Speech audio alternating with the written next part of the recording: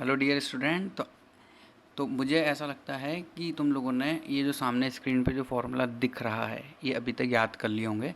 Sign A plus B, sine A minus B, cos A plus B and cos A minus B.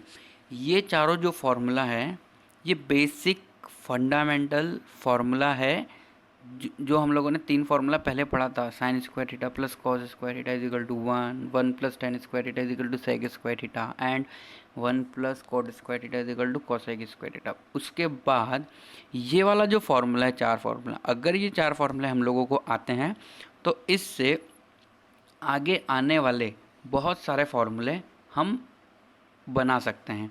Means अगर हमें ये चार formula पता है तो ट्रिग्नोमेट्री में इसके बाद जो भी फार्मूला आएंगे वो सब हम इन चारों की हेल्प से हमेशा बना सकते हैं। मीन्स ये आगे आने वाले सभी फार्मूलाज जो हैं उनका बेसिक है, इनको हम लोग बना सकते हैं। इसको हम लोग फार्मूला नंबर 1 2 3 4 नाम देंगे। ओके, तो अभी हम लोगों ने लास्ट क्लास के अंदर बात करी थी कि 10a प्लस बी का हम लोगों को फार्मूला बनाना है।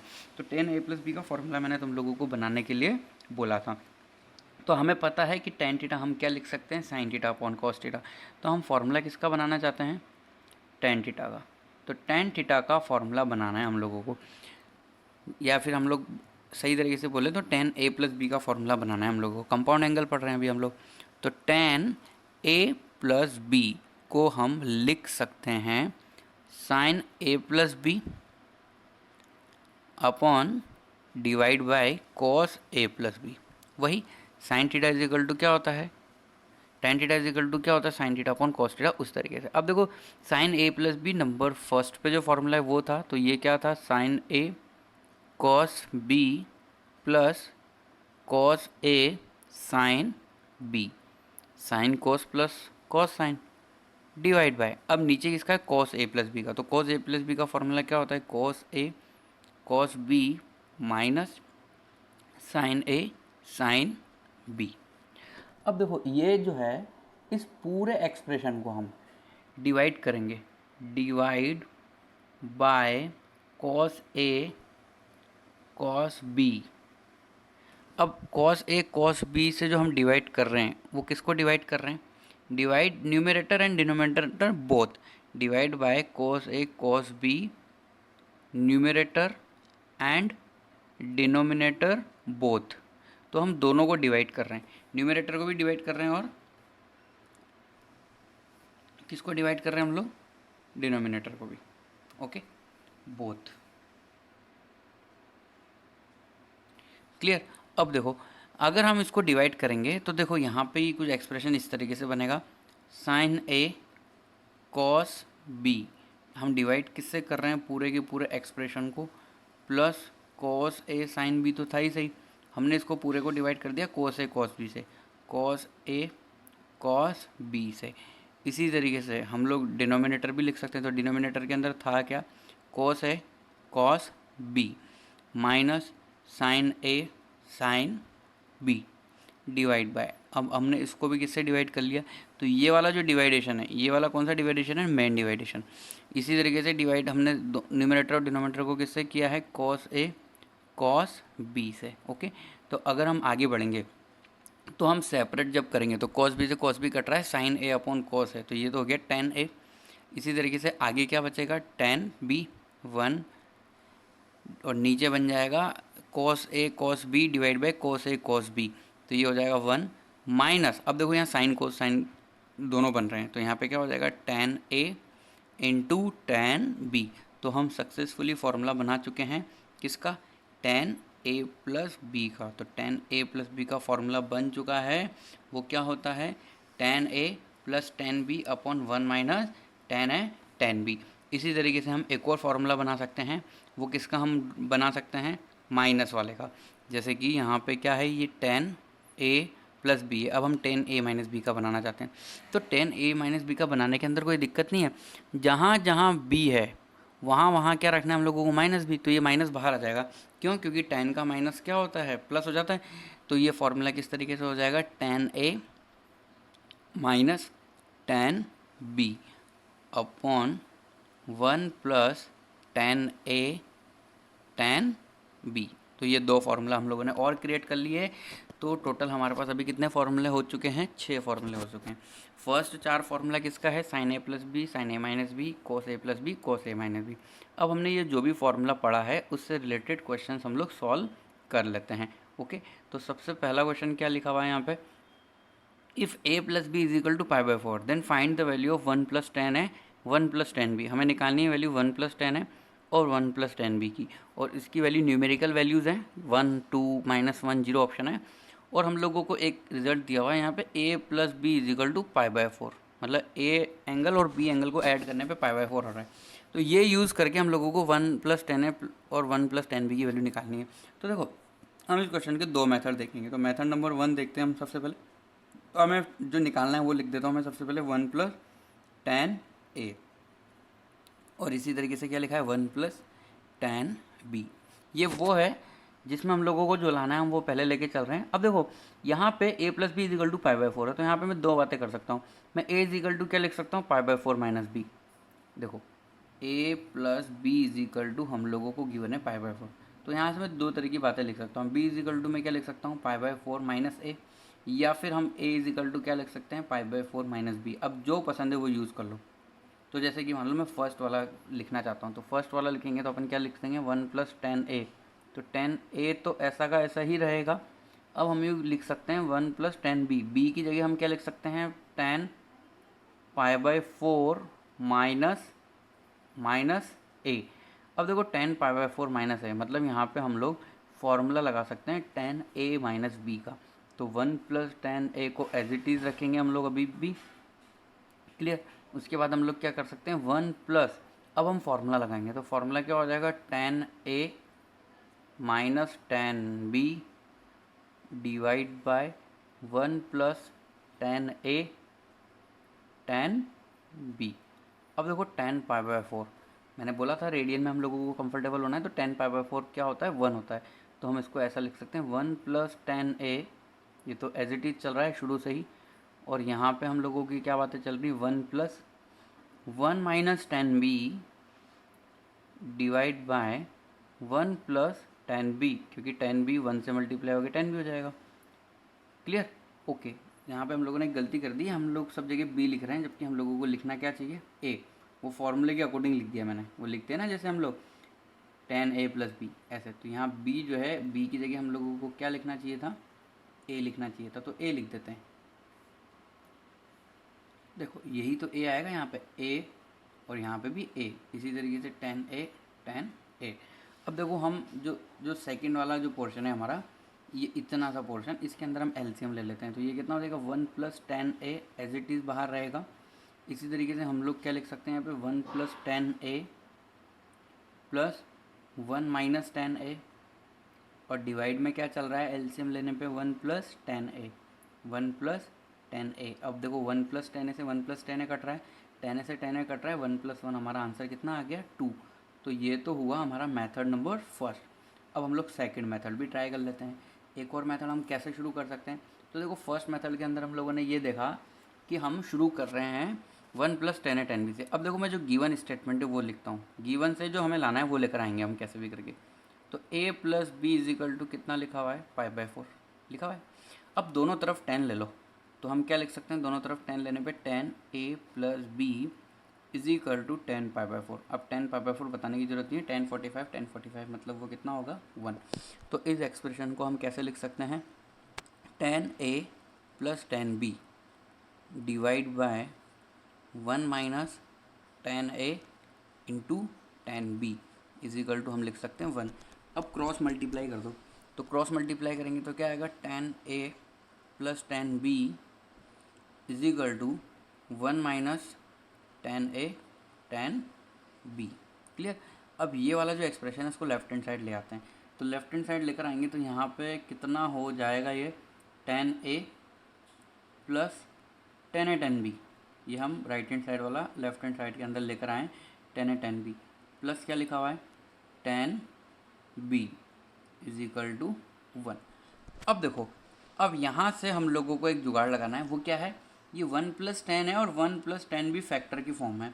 तो अगर मैं इसमें से कॉमन ले लेता हूँ 10 a, तो हमारे पास अंदर क्या बचेगा? 1 प्लस 10 भी। अब यहाँ तो 1+10 भी नहीं है ना, तो यहाँ पे भी 1+10 भी बना देते हैं हम लोग। तो कैसे बनाएंगे, देखो सबसे पहले 10a कॉमन ले लिया जाए फर्स्ट टू टर्म में, तो क्या बचेगा 1+10b। क्लियर। प्लस अब हम लोग क्या कर रहे हैं, यहाँ पे 1+10b एक्स्ट्रा लिख रहे हैं। तो एक्स्ट्रा हमने सिर्फ क्या लिखा है, 1 लिखा है। तो 1 अगर हमने लेफ्ट हैंड साइड में ऐड किया है तो हम लोगों को राइट हैंड साइड में भी ऐड करना पड़ेगा। तो 1+1 राइट हैंड साइड के अंदर कितना हो जाएगा 2। अब हम यहाँ से 1+10b इधर से और 1+10b इधर से कॉमन ले सकते हैं। तो कॉमन लेके ये क्या हो जाएगा 1+10b कॉमन ले लिया हम लोगों ने। इसी तरीके से बचा क्या 10a+1 = 2। और अगर हम देखेंगे तो हम लोगों को यही फाइंड करना था 1+10 है 1+10b की वैल्यू, तो वो कितनी वैल्यू आ गई 2। ओके, समझ में आ गया क्वेश्चन। नेक्स्ट क्वेश्चन की तरफ अब हम लोग पढ़ते हैं आगे। तो देखो यहाँ पे क्या दिया हुआ है 10a+10b = p and cot a, यहाँ पे a होना चाहिए, cot a + cot b = q given है।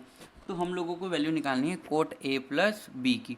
अब देखो cot a + b की वैल्यू तो निकाल लेंगे, बट हम लोगों को cot a + b का फॉर्मूला पता नहीं है, ऐसा कोई बोल सकता है।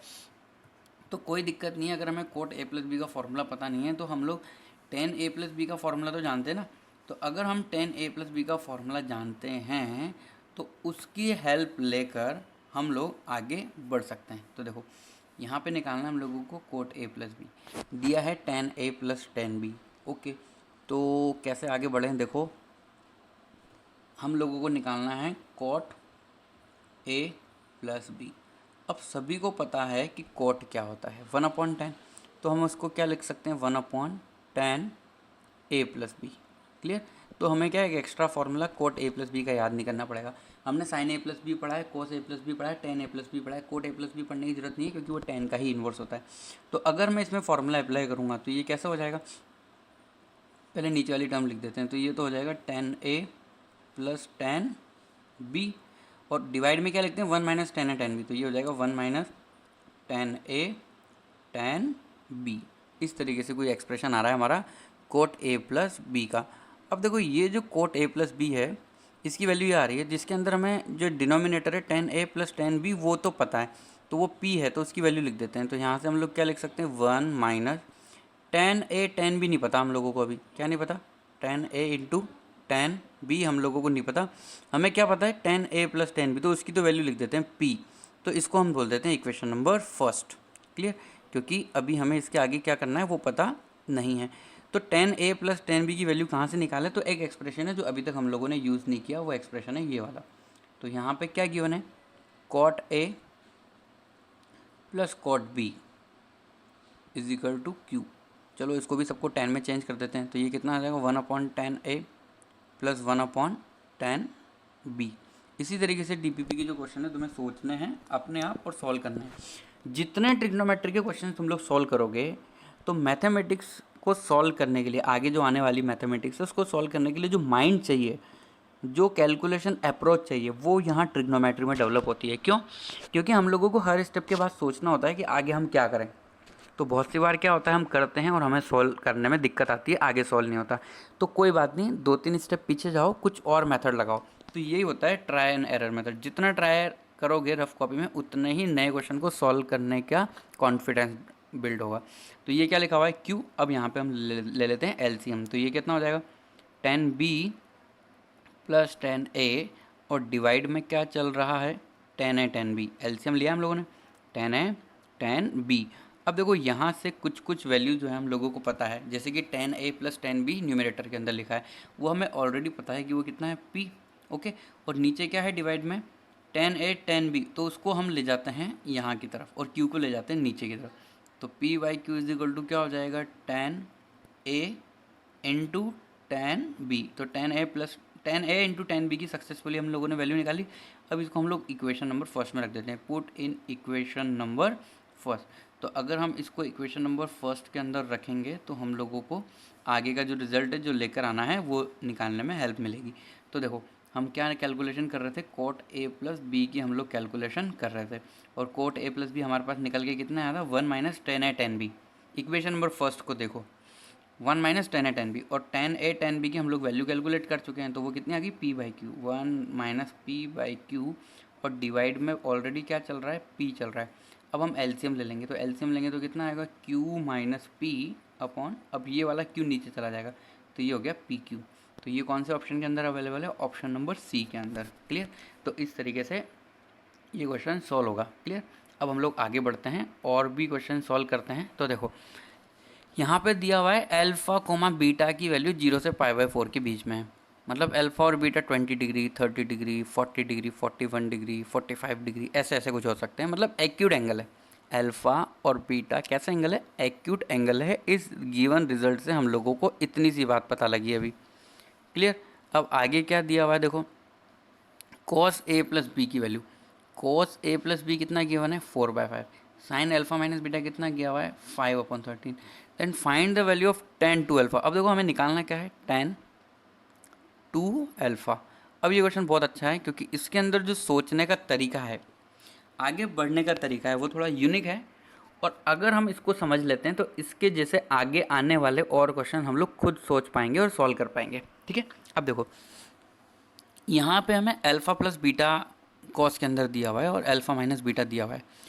तो अगर मैं लिखना चाहता हूँ टू अल्फ़ा को, अगर मैं टू अल्फ़ा को लिखना चाहता हूँ, एक तो अल्फ़ा प्लस बीटा की फॉर्म में और एक अल्फ़ा माइनस बीटा की फॉर्म में, तो देखो इन दोनों एक्सप्रेशन के बीच में अगर मैं प्लस लगा देता हूँ तो देखो बीटा से बीटा कट जाएगा और आएगा कितना? Two alpha. तो हम टू अल्फ़ा को ऐसा लिख सकते हैं। तो tan टू अल्फ़ा है तो उसको मैं क्या लिख सकता हूँ? tan alpha plus beta plus alpha minus beta. तो देखो यहाँ पे तुम अगर देख पा रहे हो, समझ पा रहे हो, तो बीटा से बीटा कट रहा है और ये tan टू अल्फ़ा ही आ रहा है। और अगर इसको हम अच्छे से देखें तो ये फॉर्मूला जनरेट हो रहा है। ये किसका फॉर्मूला जनरेट हो रहा है? tan a प्लस बी का, जहाँ पे ये वाला एक्सप्रेशन तो पूरा का पूरा a है और ये पूरा का पूरा एक्सप्रेशन क्या है? b। तो हम यहाँ पे tan a प्लस बी का फॉर्मूला अप्लाई कर सकते हैं। तो अगर फॉर्मूला अप्लाई करेंगे तो क्या आएगा? tan a कितना गिवन है? tan alpha plus beta plus tan b कितना है? tan alpha minus beta. तो ये हो गया tan a plus tan b upon, अब क्या लगाएंगे अपन? 1 minus tan a tan b। tan a का मतलब क्या है? tan alpha plus beta into tan alpha minus beta, ये वाली बात है। अब देखो हम लोगों को वैल्यूज़ गिवन है साइन और कॉस में, और यहाँ अभी हम देख पा रहे हैं कि सब कुछ tan में है, तो क्यों ना हम इसको साइन और कॉस में कन्वर्ट कर लें। तो हम इसको क्या लिख सकते हैं भाई? Sine alpha plus beta divide by cos alpha plus beta, हम ऐसा इसको लिख सकते हैं। अब देखो साइन और कॉस में भी हम चेंज कर सकते हैं और डायरेक्टली हमारी जो कहानी है वो हम कोट में भी कर सकते हैं। किस में कर सकते हैं? tan में। तो या तो tan में कर दो या साइन और कॉस में इसको कन्वर्ट कर लो।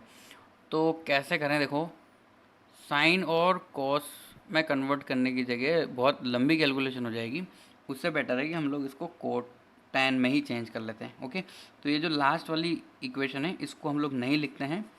अब देखो हम इसी को इक्वेशन नंबर क्या दे देते हैं? फर्स्ट दे देते हैं कि भाई ये tan टू अल्फ़ा की वैल्यू हमारे पास आ रही है। ठीक है, अब ये इक्वेशन नंबर फर्स्ट है। अब देखो हमारे पास जो गिवन रिजल्ट है उसको हम लोग पकड़ के चलते हैं और उससे आगे की कहानी कर लेते हैं। तो क्या गिवन है हम लोगों को? Cos alpha plus beta is equal to हम लोगों को गिवन है 4/5। अब देखो हम राइट एंगल ट्राइंगल का सहारा ले सकते हैं। जैसे कि मानो ये एक राइट एंगल ट्राइंगल है, यहाँ पे 90 डिग्री है और ये वाला एंगल मैं मान रहा हूँ ए, जिसको मैंने क्या बोला है? Alpha plus beta. अगर ये अल्फ़ा प्लस बीटा है तो इसके सामने क्या होगा? परपेंडिकुलर, और ये हाइपोटेनियस होगा, और एडजेसेंट साइड को क्या बोलते हैं हम लोग? बेस बोलते हैं। तो बेस हम लोगों को कितना गिवन है? 4 और यहाँ पे 5, तो ऑटोमेटिकली यहाँ पे कितना हो जाएगा? 3। तो इसकी हेल्प से हम लोग tan की वैल्यू लिख सकते हैं। और एक और बात, अल्फ़ा और बीटा दोनों मिला के 0 से π/4 के बीच में है। तो अगर मैं दोनों को ऐड भी कर देता हूँ तो 90 से तो नीचे रहेगा, और 90 से नीचे रहेगा मतलब फर्स्ट क्वाड्रेंट रहेगा, मतलब सब कुछ पॉजिटिव रहेगा, इसलिए हमें नेगेटिव का तो कुछ सोचना ही नहीं है यहाँ पे। वापस मैं बोल रहा हूँ, अल्फ़ा भी 0 से π/4 के बीच में, बीटा भी 0 से π/4 के बीच में है, मतलब अल्फ़ा प्लस बीटा करेंगे तो वो 0 से π/2, इसका मतलब 0 से 90 के बीच में रहेगा। दिया हुआ है अल्फ़ा और बीटा की वैल्यू 0 से 45 डिग्री के बीच में। अगर मैं मैक्सिमम 44 भी मान लेता हूँ तो दोनों का एडिशन 88 आएगा, 90 से तो कम आएगा। 90 से कम आएगा अल्फ़ा प्लस बीटा, इसका मतलब alpha plus beta acute angle है। ओके, अब देखो यहाँ से मैं tan थीटा की वैल्यू लिख सकता हूँ, tan अल्फा प्लस बीटा की हम यहाँ से राइट एंगल ट्राइंगल से वैल्यू लिख सकते हैं, क्योंकि वो होता है परपेंडिकुलर अपॉन बेस। परपेंडिकुलर कितना है यहाँ पे 3 और बेस यहाँ पे कितना है 4। ओके, तो अगर हम इतना कर चुके हैं तो हम अब आगे बढ़ सकते हैं। किसको देख के हम आगे बढ़ सकते हैं, जैसे कि हम लोगों को यहाँ पे अब जो गिवन वैल्यू है, गिवन क्या है, माइनस वाले की बात कर रहे हैं जिसको हमने बी माना है। तो अब हम लोगों को दिया हुआ है कॉस नहीं साइन दिया हुआ है, साइन अल्फ़ा माइनस बीटा अभी हम लोगों को दिया हुआ है। तो वो कितना है भाई 5/13 है। अब यहाँ पे भी राइट एंगल ट्राइंगल का यूज़ कर लो। तो अगर मैं इस वाले एंगल को मान लेता हूँ अल्फ़ा माइनस बीटा, ओके, तो ये सामने वाली साइड क्या हो जाएगी 5 और हाइपोटेनस कितना हो जाएगा 13। अब 5 13 ये कौन से पाइथागोरस ट्रिपलेट में आते हैं, तो ऑब्वियसली यहाँ पे 12 होगा। तो यहाँ से मैं वैल्यू लिख सकता हूँ tan अल्फ़ा माइनस बीटा की, जो होता है परपेंडिकुलर अपॉन बेस। तो ये कितना हो जाएगा 5/12। अब ये जो है value number first, value number second, इसको हम इक्वेशन फर्स्ट में रख देंगे। अब किस में रख देंगे, इक्वेशन नंबर फर्स्ट में। Put values in equation number first. हम लोगों को tan अल्फ़ा प्लस बीटा भी पता है और tan अल्फ़ा माइनस बीटा भी पता है। तो अब हम लोग tan 2 अल्फ़ा की कैलकुलेशन इजीली कर सकते हैं। तो सबसे पहले क्या है, tan alpha plus beta. tan alpha plus beta हम लोगों ने कितना निकाला है 3/4, 3/4 प्लस 5/12 डिवाइड बाय, नीचे कितना हो जाएगा 1 माइनस दोनों का मल्टीप्लीकेशन, मतलब 3/4 इंटू 5/12। ठीक है, अब देखो 4 और 12 का एलसीएम वैसे तो 12 आएगा, पर हम लोग क्या करते हैं इस पूरी इक्वेशन मतलब ये वाला पार्ट और ये वाले पार्ट, इस सबको 48 से मल्टीप्लाई कर देते हैं। तो हम लोगों को इजी होगा कैलकुलेशन करना। तो 48 से मल्टीप्लाई इसलिए मैं कर रहा हूँ क्योंकि 4 इंटू 12 कितना हो रहा है, या चलो अगर 12 से भी मल्टीप्लाई करेंगे तो भी काम चल जाएगा। तो 12 से मल्टीप्लाई कर देते हैं न्यूमरेटर एंड डिनोमिनेटर को। किससे मल्टीप्लाई कर देते हैं 12 से, इंटू 12 ऐसा हम कर रहे हैं। तो ये कितना हो जाएगा 4 से 12 कितना कटेगा 3 टाइम, तो ये हो जाएगा हमारा 3 इंटू 3 9 प्लस 5 डिवाइड बाय, नीचे की कहानी क्या रहेगी। अब देखो इधर प्रॉब्लम हो गई ना, इसलिए मैं 48 ले रहा था। तो अगर मैं 48 लूँगा तो ज़्यादा हम लोगों का ईजी रहेगा काम। क्यों, क्योंकि यहाँ पे डिनोमिनेटर के अंदर हम लोगों को ज़्यादा कुछ कैलकुलेशन नहीं करनी पड़ेगी। तो देखो 48 से ही मल्टीप्लाई कर लेते हैं। तो ये 12 वाला अगर मान लो किसी के दिमाग में आ रहा था कि सर 48 क्यों ले रहे हैं 12 क्यों नहीं ले रहे, तो अब क्लियर हो गया होगा कि अगर मैं 12 से मल्टीप्लाई करूँगा तो ये 4 रह जाएगा यहाँ पे। तो हम किससे मल्टीप्लाई कर रहे हैं इंटू 48, और इधर भी इंटू 48। अब 48 से मल्टीप्लाई करेंगे तो 4 48 से कटेगा, तो वो कितना आ जाएगा 1 2 12, 12 इंटू 3 कितना हो जाएगा 36 प्लस, अब 12 48 4 इंटू 5 ये कितना हो जाएगा 20 डिवाइड में कितना चलेगा 48, 1 से मल्टीप्लाई होकर 48 रहेगा। अब 48 से 48 कट जाएगा, माइनस कितना हो जाएगा 15। तो अगर हम इसकी कैलकुलेशन करते हैं तो ये हो जाएगा हमारा 56 डिवाइड बाय 48 माइनस 15। तो अगर हम 15 इसमें से माइनस करेंगे 15, तो ये हो जाएगा हमारा, यहाँ पे अगर हम 15 लिखते हैं तो ये कितना हो जाएगा 38। तो क्या 56/38 कुछ ऑप्शन में है 56/38, 56/38 ऑप्शन, ओहो सॉरी ये कितना हो जाएगा 33 हो जाएगा। यहाँ पे थोड़ी सी मिस्टेक हो गई है 33। तो ये 56/33, तो 56/33 कौन से ऑप्शन के अंदर अवेलेबल, ऑप्शन नंबर सी के अंदर अवेलेबल है। तो इस तरीके से हम लोगों की अप्रोच होगी। क्या हम लोगों को निकालना था tan 2 अल्फ़ा, और tan 2 अल्फ़ा के लिए हम लोगों के पास आगे फॉर्मूला आने वाला है, बट उसका कोई यूज़ नहीं है। यहाँ पे हम लोगों को देखना था कि क्या गिवन है, जो गिवन रिलेशन होगा उसको यूज़ करके हम लोग फाइंड जो करना है वो कैसे लाना है। तो अल्फ़ा प्लस बीटा और अल्फ़ा माइनस बीटा के फॉर्म में हम लोगों ने 2 अल्फ़ा को यहाँ पे लिखा। क्लियर, चलो एक और क्वेश्चन हम लोग सॉल्व कर लेते हैं। इसी की तरह डीपीपी में भी क्वेश्चन होंगे, वो भी तुम लोगों को प्रैक्टिस करनी रहेगी। तो यहाँ पे देखो क्या दिया हुआ है, साइन ए की वैल्यू दी हुई है, साइन बी की वैल्यू दी हुई है, और ए और बी क्या है, in triangle A B C angle A is an obtuse angle. Okay, तो इस तरह का कुछ ट्राइंगल बन रहा है और एंगल ए को इन्होंने बताया हुआ है ऑब्ट्यूज, मतलब यहाँ पे कहीं ए है। और ये बी है और ये क्या है सी। तो इसका मतलब बी और सी तो एक्यूट होंगे, बी और सी तो क्या होंगे एक्यूट होंगे। क्यों? क्योंकि दो ऑब्ट्यूज एंगल किसी ट्रायंगल में हो नहीं सकते, और ए को क्या बताया हुआ है इसने ऑब्ट्यूज, कोई दिक्कत नहीं है। अब हम लोगों को वैल्यू निकालनी है साइन सी की। तो देखो अगर राइट मतलब ये ट्रायंगल के एंगल है सारे के सारे, तो हम एक बात तो बचपन से जानते ही हैं कि A plus B plus C is equal to कितना होगा 180 डिग्री। 180 डिग्री लिखो या फिर क्या लिखो पाई रेडियन, दोनों एक ही बात है। दोनों में से हम कुछ भी लिख सकते हैं जो तुम्हें अच्छा लगे। क्लियर? अब देखो a प्लस बी प्लस सी हम लोगों ने कितना लिख दिया 180। अब हम लोगों को यहाँ पे वैल्यू निकालनी है साइन सी की। वैल्यू किसकी निकालनी है? साइन सी की। तो क्या मैं यहाँ से c की वैल्यू a और b की फॉर्म में निकाल सकता हूँ? तो यस बिल्कुल मैं निकाल सकता हूँ। c इज इक्वल टू मैं क्या लिख सकता हूँ 180 minus a plus B. C is equal to मैं क्या लिख सकता हूँ यहाँ से 180 degree minus a plus B. अब अगर मैं दोनों तरफ साइन ले लेता हूँ, sine C is equal to, तो sine C is equal to कितना हो जाएगा साइन 180 डिग्री माइनस थीटा, और थीटा यहाँ पे क्या है ए प्लस बी। अब साइन 180 माइनस थीटा मतलब सेकेंड क्वाड्रेंट, और साइन वहाँ पॉजिटिव होता है नॉट चेंजिंग लाइन, तो ये क्या हो जाएगा साइन ए प्लस बी। तो जो साइन ए प्लस बी की वैल्यू आएगी वही किसकी वैल्यू आएगी साइन सी की, और हम लोगों को साइन सी ही निकालना है। तो चलो हम साइन सी की तरफ बढ़ते हैं अब। तो ये साइन सी हो गया, साइन ए प्लस बी हो गया। अब हम राइट हैंड साइड देखेंगे साइन ए प्लस बी का फॉर्मूला। तो ये क्या होता है sign A cos B plus cos A sine B. अब देखो यहाँ पे हमें कौन कौन सी वैल्यू पता है। हमें साइन ए पता है, बहुत अच्छी बात है, तो साइन ए तो रख ही देते हैं हम लोग। तो ये कितना है 3/5। अब हम लोगों को कौन सी वैल्यू नहीं पता, कॉस बी नहीं पता क्योंकि हमें साइन बी पता है, प्लस कॉस ए। अब हम लोगों को कॉस ए भी नहीं पता है, प्लस साइन बी गिवन है हम लोगों के पास कितनी गिवन है 5/13। ओके, तो यहाँ पे जो मैंने ब्रैकेट लगाया हुआ है ये वैल्यू हम लोगों को पता नहीं है। ओके, तो क्यों ना हम इसको पता लगा पाएँ, तो हम राइट हैंड साइड में इसको ट्राई करते हैं कैलकुलेशन करने का।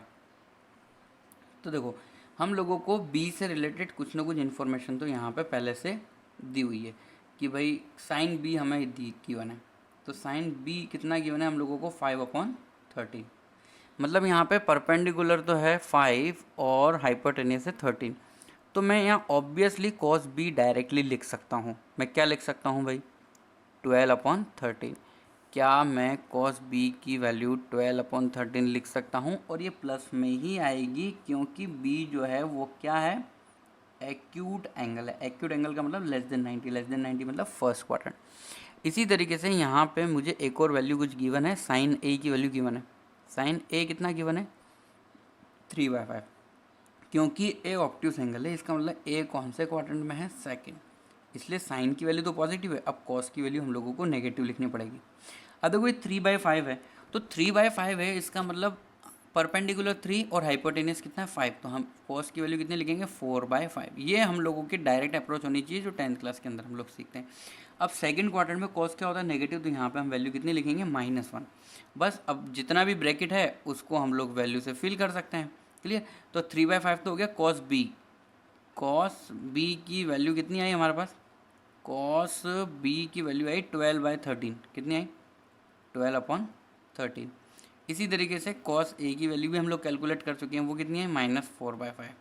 अब ये सिंपल सी कैलकुलेशन है जो हम लोगों को करनी है, क्योंकि यहाँ पे भी 5/13 है और इधर भी 5/13 है, तो सिंपली इसका एलसीएम इजीली हो जाएगा। तो ये कितना हो जाएगा 3 × 12 36 और 4 × 5 -20 और डिवाइड में 5 × 13 चल ही रहा है, तो वो कितना हो जाएगा 65 हो जाएगा।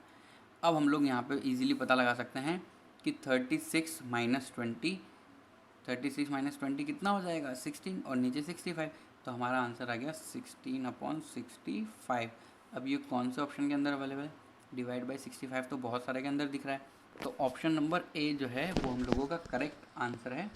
तो ये अप्रोच है हम लोगों की सॉल्व करने की, जो हम लोगों ने फॉर्मूला पढ़ा उससे रिलेटेड क्वेश्चन सॉल्व करने की, जैसे sign A plus B sine A minus B, ये फॉर्मूला यूज़ करके हम लोग इस तरीके से क्वेश्चन सॉल्व कर सकते हैं।